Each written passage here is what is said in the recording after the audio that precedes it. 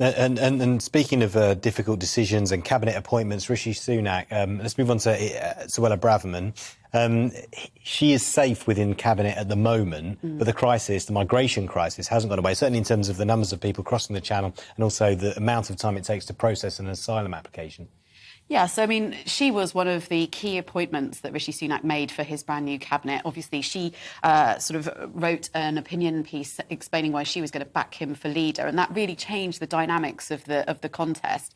And it was very clear within the sort of framing of that article what she wanted was Home Secretary. So, duly, that's what she got. Now, there are questions about her suitability of the role and in terms of this kind of ongoing leak issue, as well as the actual challenges of the job itself. So there are pressures on all sides.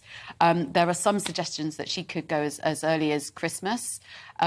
But equally, you know, she can survive if she manages to get a grip of things. Yeah, I mean, a lot of our viewers will see her as a heroine, as somebody who is preventing illegal criminals coming in, Albanians, many of them we know to be criminals, coming in and getting £600 a night hotel rooms. And she said, hasn't she, at the Dispatch book, she's a victim of a witch hunt. I mean, is there some fairness in that?